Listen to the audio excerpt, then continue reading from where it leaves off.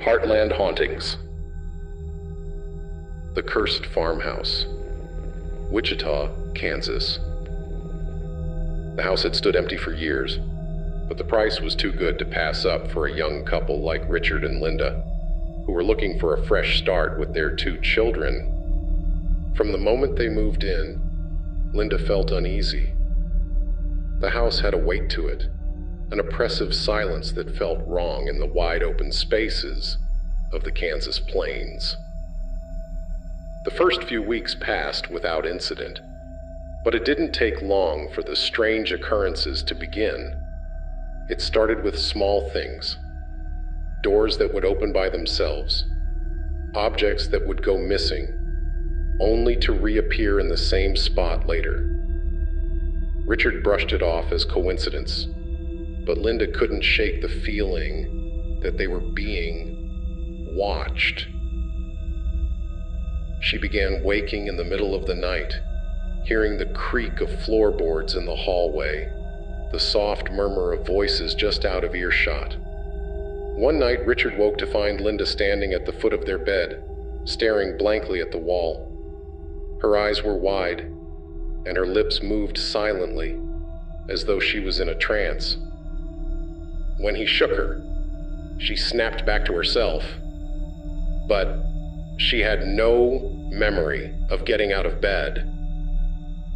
The worst came a few weeks later, when their daughter, Abby, started talking to someone who wasn't there. "I don't like her," Abby would say, pointing to an empty corner of the room. "She's mean."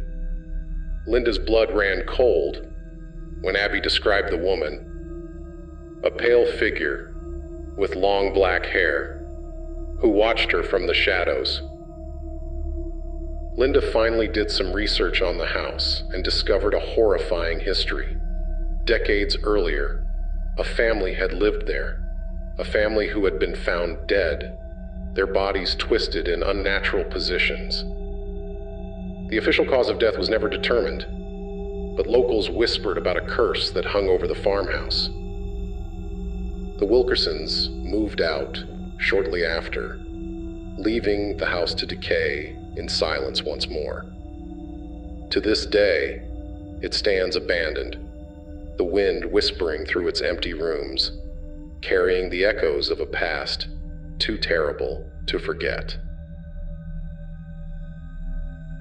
Welcome to Phantom Astronaut's Nocturnal Tales, where the heart of America pulses with secrets, and the quiet farmlands hold stories of terror.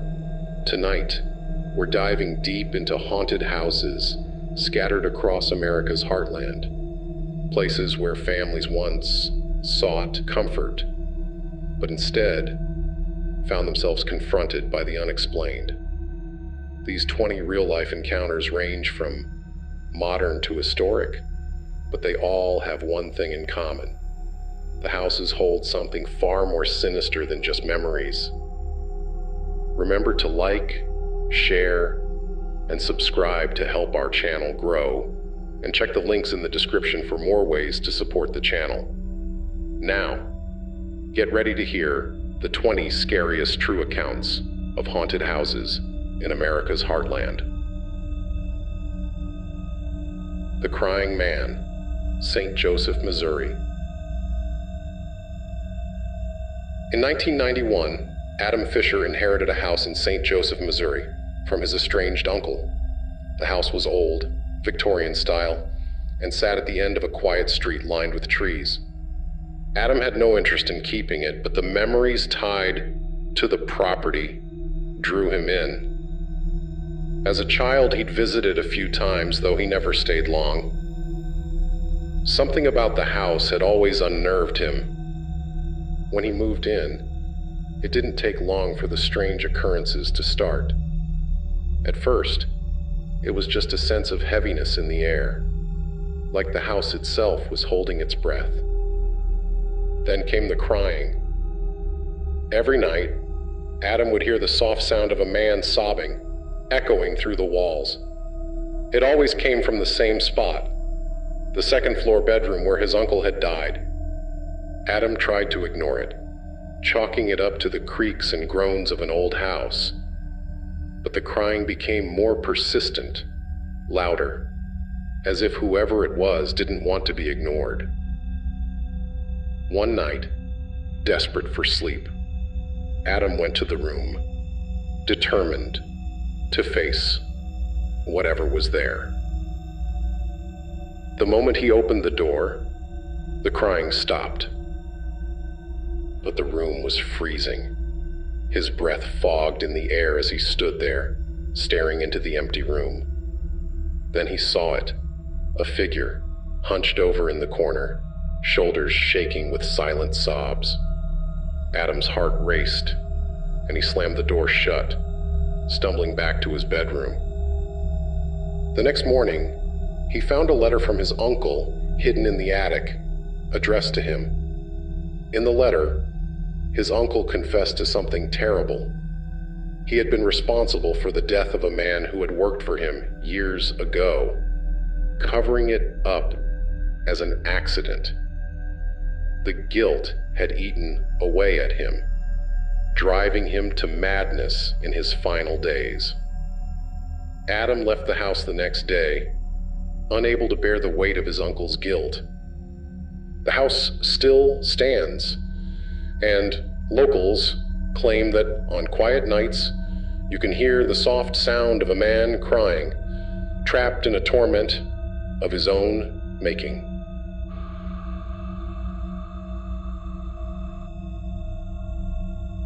The Haunted Plantation, Independence, Missouri. In 1867, the Johnson family moved into a grand plantation house on the outskirts of Independence, Missouri. It was a sprawling estate, complete with wide fields and towering oak trees. For a time, it seemed like a dream, but that dream quickly turned to a nightmare.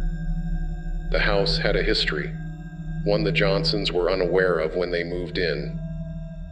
During the Civil War, it had been used as a hospital for soldiers, and many had died within its walls.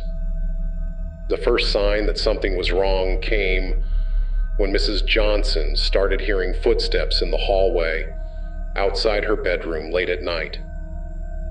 The steps were slow, heavy, like those of a man limping down the hall. One night, she saw him, a soldier in a tattered Confederate uniform, his face gaunt and pale, standing at the foot of her bed. He didn't move, just stared at her with hollow eyes, his chest heaving, as though he struggled to breathe. She screamed, waking her husband, but by the time he turned on the light, the soldier was gone. Over the next few months, the family experienced more sightings, ghostly figures in old uniforms, the sound of cannons booming in the distance, and the sharp scent of gunpowder filling the air. Their youngest daughter claimed to see a nurse, dressed in blood-stained white, wandering the fields at dusk. After consulting with a local historian, they learned that many of the soldiers who had died in the house had been buried in unmarked graves on the property. The Johnsons tried to live with the hauntings, but when their son became ill and doctors couldn't explain why, they knew they had to leave. They moved out, but the house remained, a relic of a bloody past. Today, it stands as a museum, and visitors often report seeing ghostly soldiers walking the grounds, still caught in the horrors of a war long over.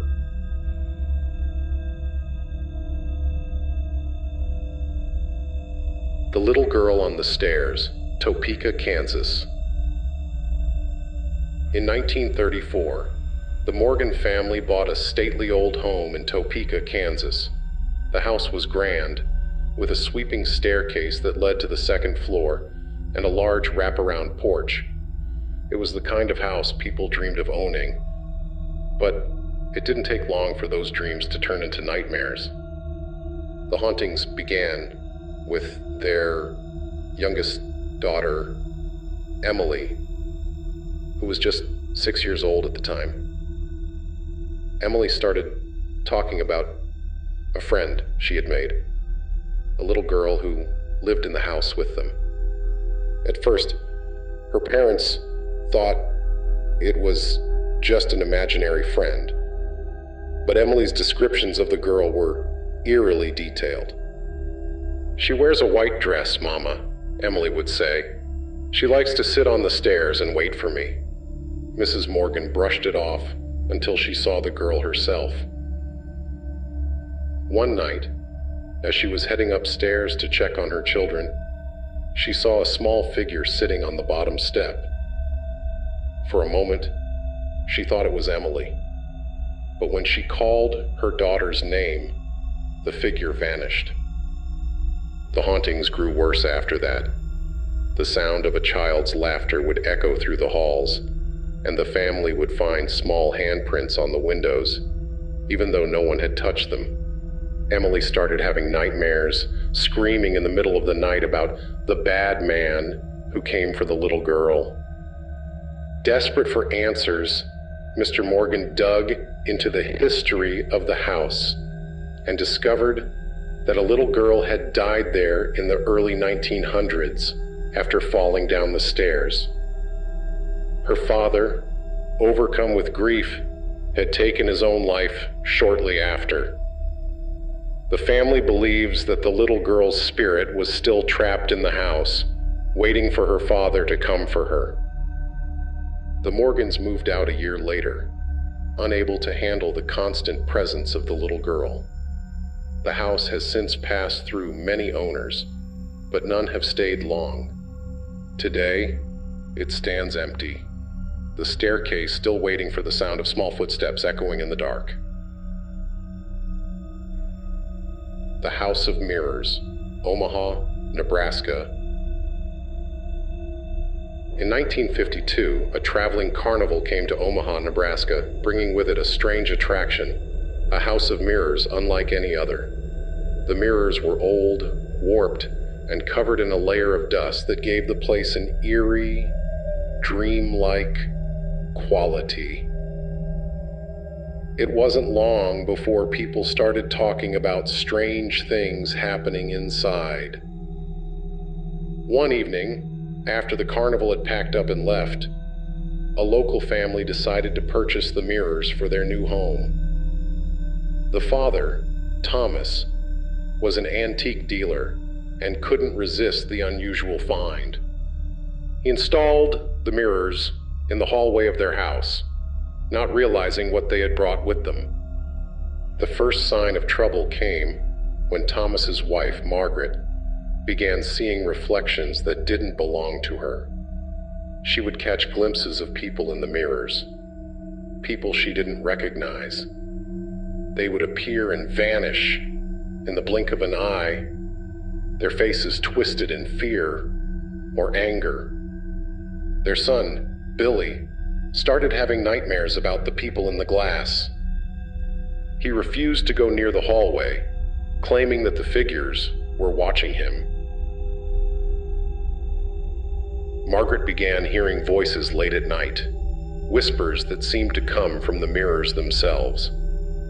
One evening, as Margaret was passing through the hallway, she saw something that chilled her to the bone. A man's reflection in the mirror, standing behind her.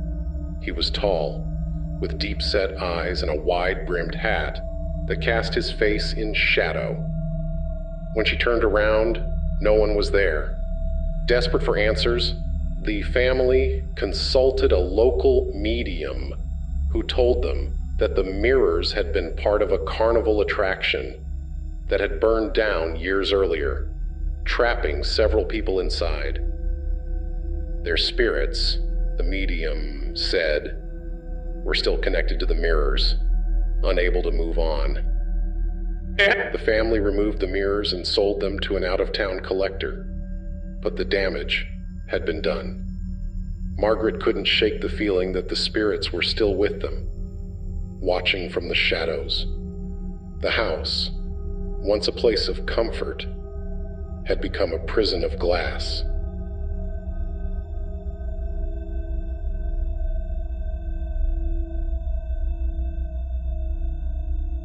The Whispering Walls, Sioux Falls, South Dakota.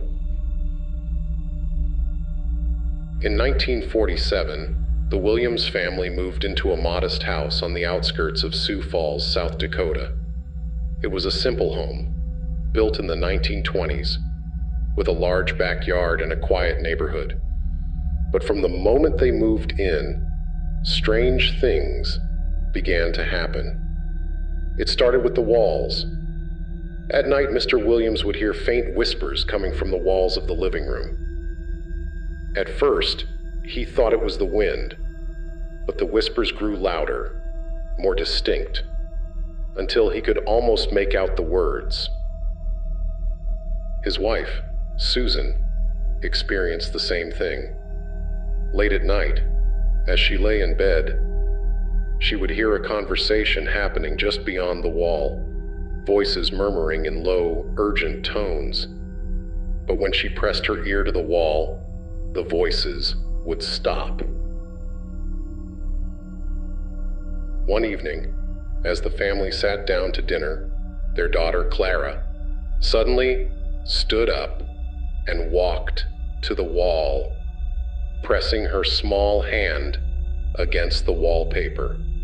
"They're talking about me," she said, her voice trembling. After that, the whispers grew more frequent. The family would hear footsteps in the hallways when no one was there, and objects would move on their own. Books would fall off shelves, chairs would scrape across the floor. The house felt alive, its walls pulsing with the energy of unseen forces.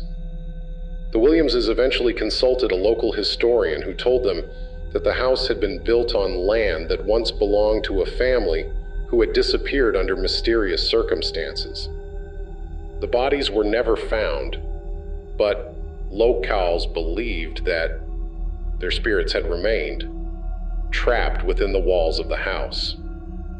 Unable to live with the constant presence of the whispers, the family moved out. The house has since been abandoned, left to decay in silence, its walls still echoing with the voices of the past.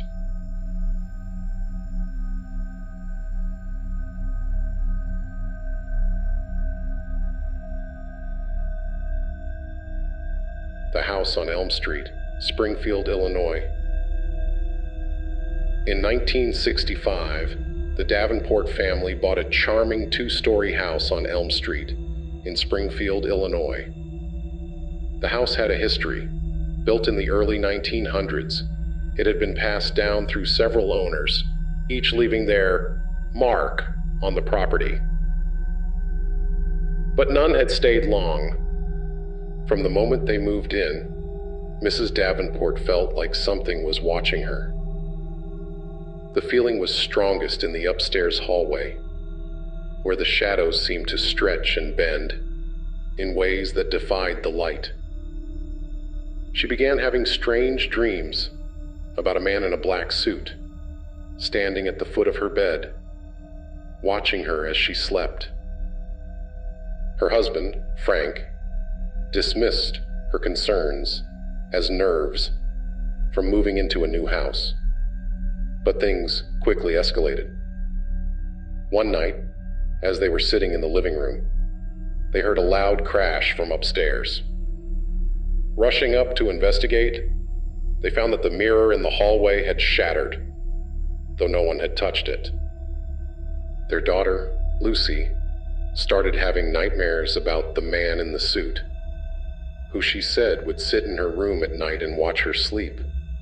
One morning, they found her sitting at the top of the stairs, her eyes wide and unblinking, muttering about the man who told her to be quiet. Desperate for answers, the Davenports brought in a local priest to bless the house, but the activity only intensified. Doors would slam shut on their own, lights would flicker, and the temperature would drop suddenly, leaving the family shivering in the middle of summer.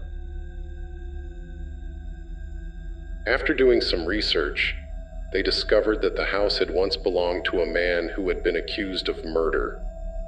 He had died under mysterious circumstances, and locals believed that his spirit still haunted the house, trapped in the place where he had committed his crime.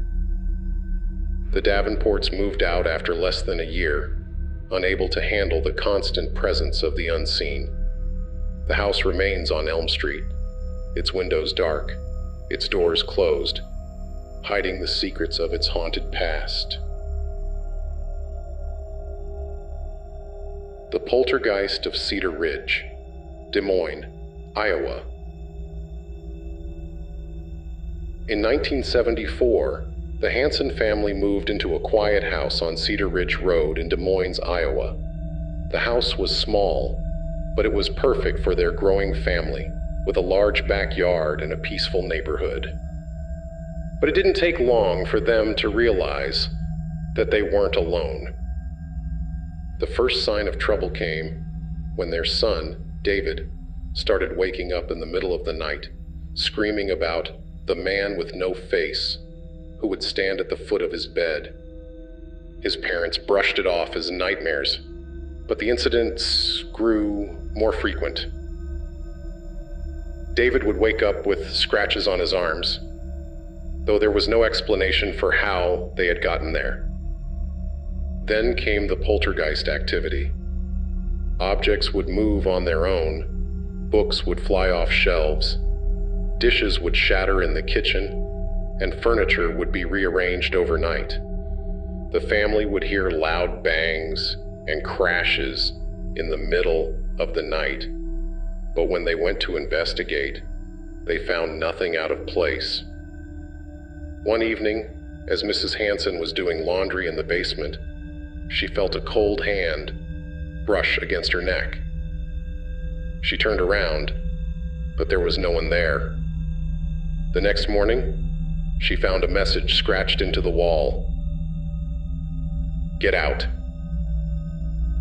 The family brought in a paranormal investigator who confirmed their worst fears.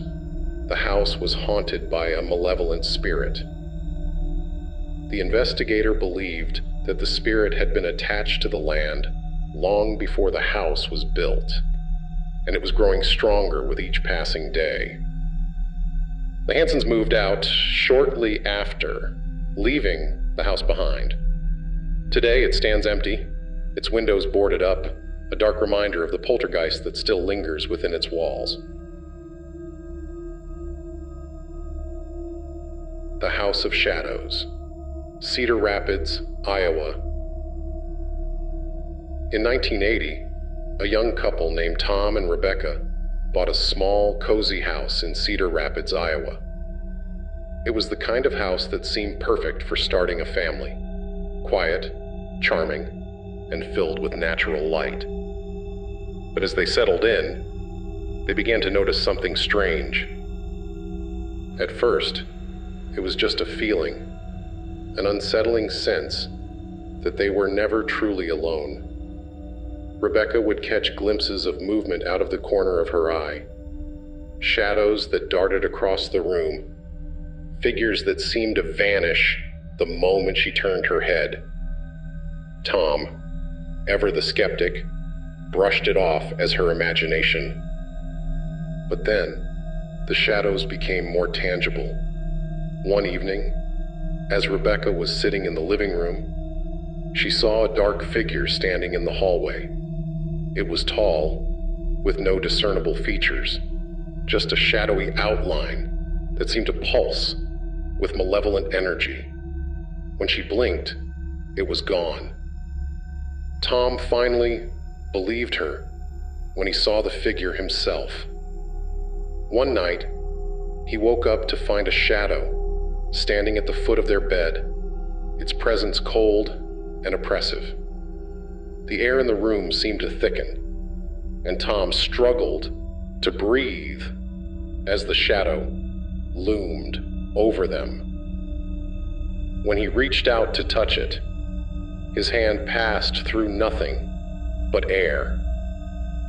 Desperate for answers, the couple consulted a local historian who told them that the house had been built on land that once belonged to a family who had been murdered in the 1800s.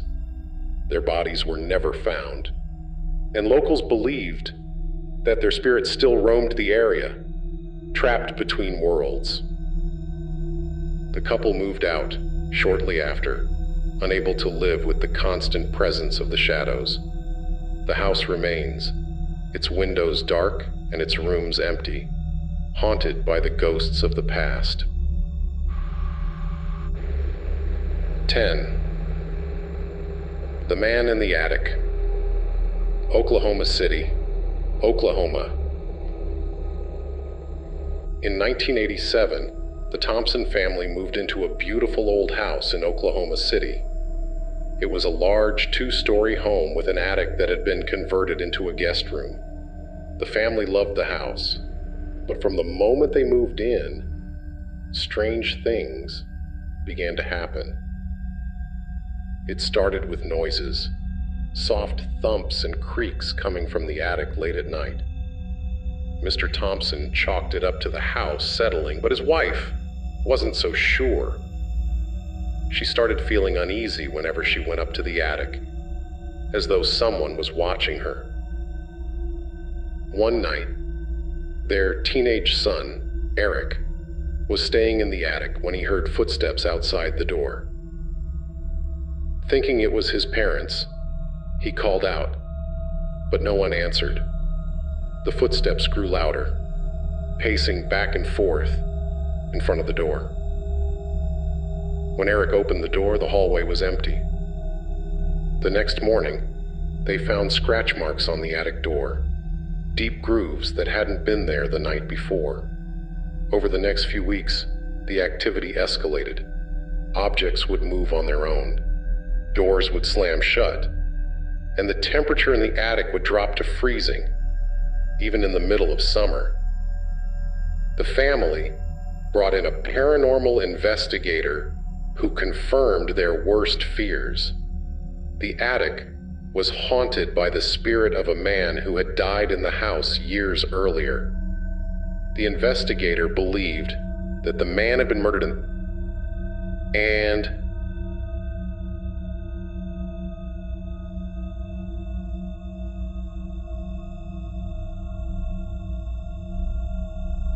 spirit was trapped in the attic, unable to move on. The Thompsons moved out shortly after, but the house still remained, its attic still haunted by the restless spirit of the man who had died there.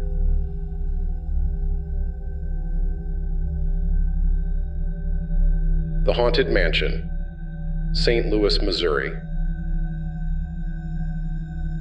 In 1923, the Bennett family purchased a grand mansion on the outskirts of St. Louis.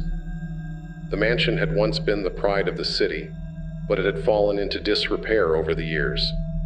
The Bennetts were determined to restore it to its former glory, but they didn't realize that the house had a dark past. The hauntings began almost immediately. Mrs. Bennett started hearing strange noises coming from the basement. Whispers, footsteps, and the sound of something being dragged across the floor. When she went down to investigate, she found nothing. Their daughter, Evelyn, started seeing a woman in a long, flowing dress standing at the foot of her bed at night. The woman never spoke, but she would stare at Evelyn with hollow, unblinking eyes, her presence cold and oppressive. Mr. Bennett, ever the skeptic, tried to explain away the incidents, but when he saw the woman himself, he couldn't deny that something was wrong. One evening, as he was sitting in his study, the temperature in the room dropped suddenly, and the woman appeared in the doorway. Her face was pale and gaunt, her eyes filled with sorrow. After doing some research, The family learned that the mansion had once belonged to a wealthy family who had died under mysterious circumstances. Their bodies were never found, and locals believed that their spirits still haunted the house, searching for the truth behind their deaths. The Bennetts moved out after only a year, leaving the mansion to decay in silence. Today, it stands as a testament to the ghosts that still roam its halls, trapped in the shadows of a dark and tragic past.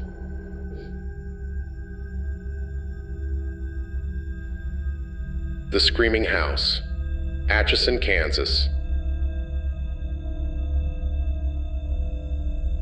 In 1971, the Addams family moved into a modest house in Atchison, Kansas. The house was old, but it had a certain charm that the family couldn't resist. From the moment they moved in, however, they realized that something was wrong. It started with the screaming. Late at night, the family would hear blood-curdling screams echoing through the house, though they could never pinpoint where the screams were coming from. At first, they thought it was the wind, but the screams were too distinct, too human. Their son, Jacob, started waking up in the middle of the night, claiming that a woman was standing at the foot of his bed, screaming silently. She would reach out to him with trembling hands, her mouth open, in a soundless wail, but no sound would come out. The family tried to ignore the incidents, but the activity only grew worse. Doors would slam shut on their own, objects would fly across the room, and the temperature in the house would drop suddenly, leaving the family shivering in the middle of summer.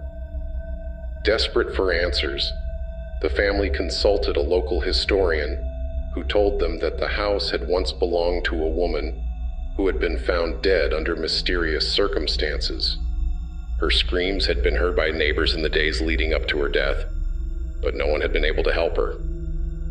The Addams family moved out shortly after, unable to live with the constant presence of the screaming woman. The house still stands, abandoned and decaying, its walls echoing with the sound of screams that will never be silenced.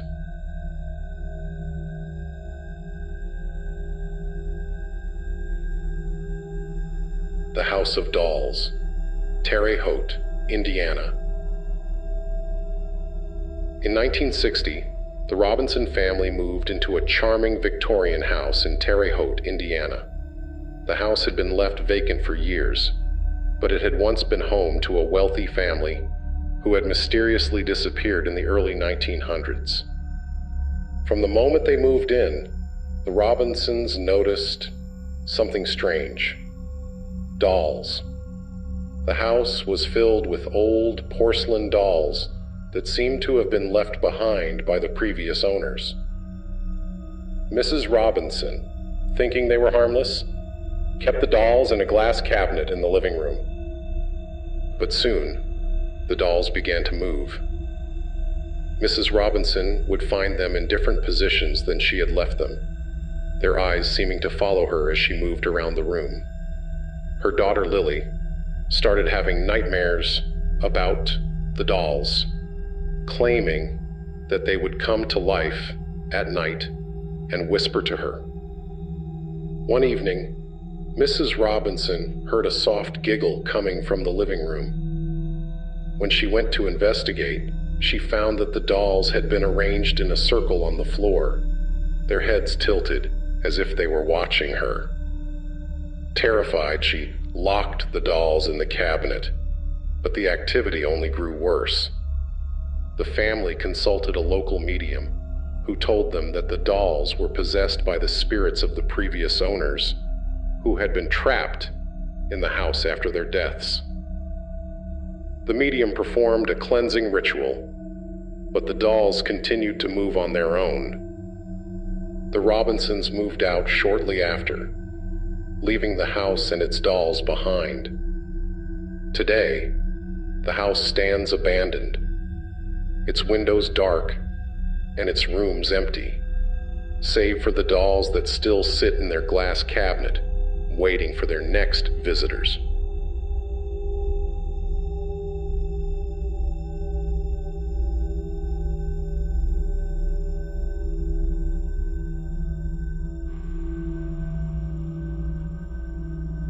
The House of Mirrors, Omaha, Nebraska. In 1982, the Taylor family moved into a large, old house in Omaha, Nebraska. The house had once belonged to a wealthy family who had been known for their collection of antiques. Among the items left behind was a large, ornate mirror that hung in the hallway. From the moment they moved in, Mrs. Taylor felt uneasy about the mirror. It was old, with a gilded frame and a surface that seemed to shimmer in the light. But there was something off about it. Something that made her feel as though she was being watched. Her husband, ever the skeptic, dismissed her concerns, but the incidents began to escalate. Mrs. Taylor would catch glimpses of movement in the mirror, shadows that seemed to dart across the glass, figures that vanished the moment she turned her head. One evening, as she was passing by the mirror, she saw a figure standing behind her, a tall man in a dark suit, his face obscured by shadow. When she turned around, no one was there, but when she looked back at the mirror, the figure was still there, watching her. Terrified, Mrs. Taylor covered the mirror with a sheet, but the activity only grew worse. The family began hearing strange noises coming from the hallway, whispers, footsteps, and the sound of glass shattering. But when they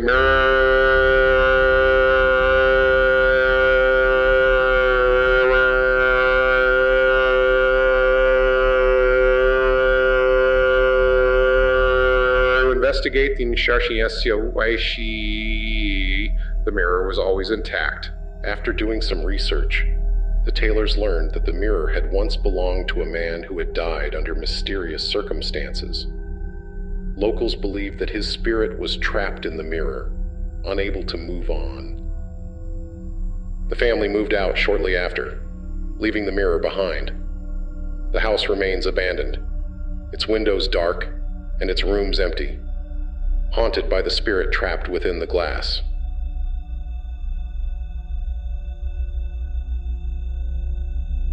The Poltergeist of Pine Street, Kansas City, Missouri. In 1995, the Miller family moved into a quiet house on Pine Street in Kansas City, Missouri. The house was small, but it was perfect for their growing family. From the moment they moved in, however, strange things began to happen. It started with objects moving on their own. Books would fly off shelves, dishes would shatter in the kitchen, and furniture would be rearranged overnight. The family would hear loud bangs and crashes in the middle of the night. But when they were now like a walla bray, all now wanting now per se to way. When are way calling the way to way? Core to her. Works the take while bow way for way, or chow. They found nothing out of place. One evening, Mrs. Miller was sitting in the living room when she felt a cold hand brush against her neck. She turned around, but there was no one there. The next morning, she found a message scratched into the wall. Get out. The family brought in a paranormal investigator who confirmed their worst fears. The house was haunted by a malevolent spirit. The investigator believed that the spirit had been attached to the land long before the house was built, and it was growing stronger with each passing day. The Millers moved out shortly after, unable to live with the constant presence of the unseen. The house remains on Pine Street, its windows dark, its doors closed, haunted by the poltergeist that still lingers within its walls.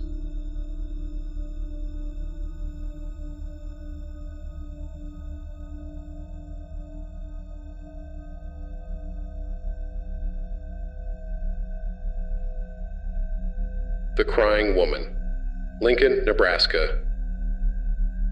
In 1978, the Johnson family moved into a large, old house in Lincoln, Nebraska. The house had been vacant for years, but it had once been home to a wealthy family who had mysteriously disappeared in the early 1900s. From the moment they moved in, the family noticed something strange, the sound of crying. Late at night, they would hear the soft sound of a woman sobbing, though they could never pinpoint where the cries were coming from. Their daughter, Emma, started waking up in the middle of the night, claiming that a woman was standing at the foot of her bed, crying silently. The woman would reach out to Emma with trembling hands, but when Emma tried to speak to her, the woman would vanish. The family tried to ignore the incidents, but the crying only grew louder. One evening, Mrs. Johnson was sitting in the living room when she heard the sound of footsteps approaching. She looked up and saw a woman in a long, flowing dress standing in the doorway, her face twisted in sorrow. The family consulted a local medium who told them that the woman was the spirit of a woman who had died in the house years ago. Her cries were a manifestation of her grief, and she was still searching for her lost family. The Johnsons moved out shortly after, unable to live with the constant presence of the crying woman. The house remains in Lincoln, its windows dark, and its rooms empty, haunted by the spirit of a woman trapped in her own sorrow.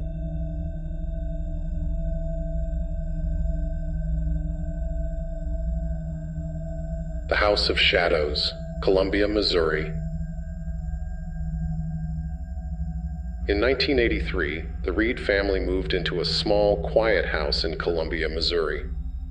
The house was old, but it had a certain charm that the family couldn't resist. From the moment they moved in, however, they began to notice something strange. At first, it was just a feeling, an unsettling sense that they were never truly alone. Mrs. Reed would catch glimpses of movement out of the corner of her eye, shadows that darted across the room, figures that seemed to vanish the moment she turned her head. But then the shadows became more tangible. One evening, as Mr. Reed was sitting in the living room, he saw a dark figure standing in the hallway. It was tall, with no discernible features, just a shadowy outline that seemed to pulse with malevolent energy. When he blinked, the figure was gone. The family began experiencing more sightings, shadowy figures that would appear and disappear in the blink of an eye, cold spots that would appear out of nowhere, and the sound of footsteps echoing through the house late at night. Desperate for answers, the family consulted a local historian who told them that the house had been built on land that once belonged to a family who had been murdered in the 1800s. Their bodies were never found, and locals believed that their spirits still roamed the area, trapped between worlds. The Reeds moved out shortly after, unable to live with the constant presence of the shadows. The house remains in Columbia, its windows dark and its rooms empty, haunted by the ghosts of the past. Shivers.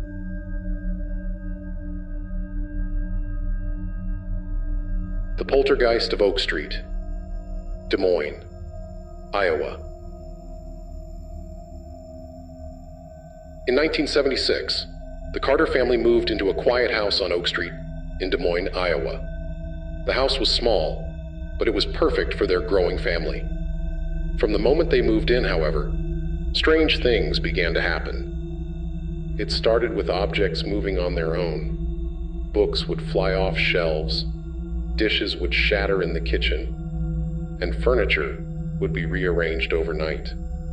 The family would hear loud bangs and crashes in the middle of the night, but when they went to investigate, they found nothing out of place.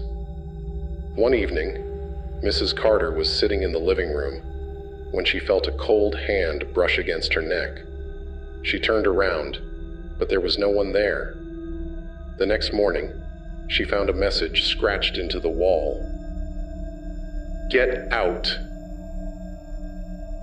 The family brought in a paranormal investigator who confirmed their worst fears. The house was haunted by a malevolent spirit.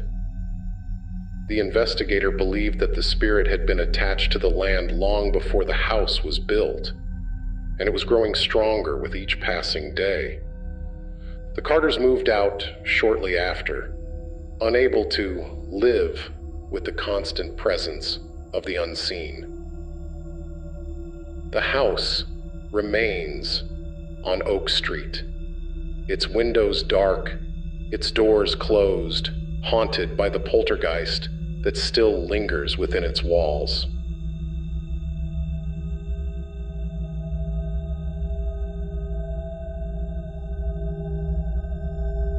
The Haunted Farmhouse, Wichita, Kansas. In 1968, the Wilson family moved into a large farmhouse on the outskirts of Wichita, Kansas. The farmhouse had once been home to a wealthy family who had mysteriously disappeared in the early 1900s. From the moment they moved in, the family noticed something strange. The sound of footsteps echoing through the halls late at night, doors slamming shut on their own, and objects moving by themselves. Their daughter, Lily, started waking up in the middle of the night, claiming that a man was standing at the foot of her bed, watching her. The man would never speak, but he would stare at her with cold, hollow eyes. The family tried to ignore the incidents, but the activity only grew worse. One evening, Mrs. Wilson was sitting in the living room when she saw a figure standing in the doorway. A tall man in a dark suit, his face obscured by shadow. Desperate for answers, the family consulted a local historian who told them that the farmhouse had once belonged to a family who had been found dead under mysterious circumstances. Their bodies were never found, and locals believed that their spirits still haunted the farmhouse, searching for the truth behind their deaths. The Wilsons moved out shortly after, unable to live with the constant presence of the unseen. The farmhouse remains in Wichita, its windows dark and its rooms empty, haunted by the ghosts of a family long forgotten.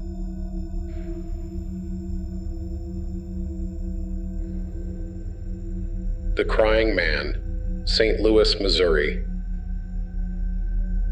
In 1979, the Thompson family moved into a quiet house on the outskirts of St. Louis, Missouri.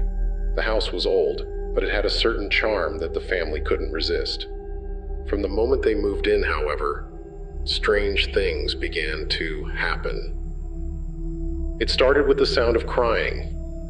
Late at night, the family would hear the soft sound of a man sobbing, though they could never pinpoint where the cries were coming from. At first, they thought it was the wind, but the cries were too distinct, too human. Their son, Jacob, started waking up in the middle of the night, claiming that a man was standing at the foot of his bed, crying silently. The man would reach out to Jacob with trembling hands, but when Jacob tried to speak to him, the man would vanish. The family tried to ignore the incidents, but the crying only grew louder. One evening, Mrs. Thompson was sitting in the living room when she heard the sound of footsteps approaching.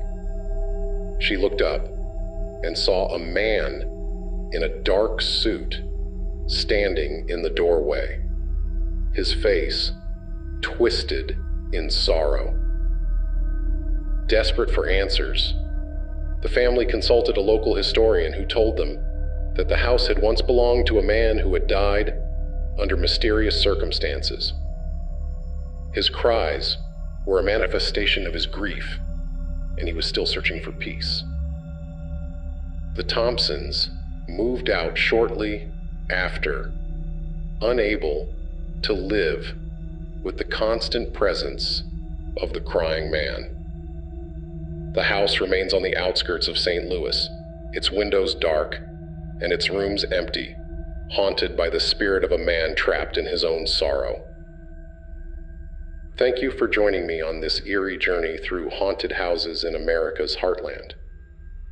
If tonight's episode of Phantom Astronaut's Nocturnal Tales kept you up, remember to like, share, and subscribe to help the channel grow.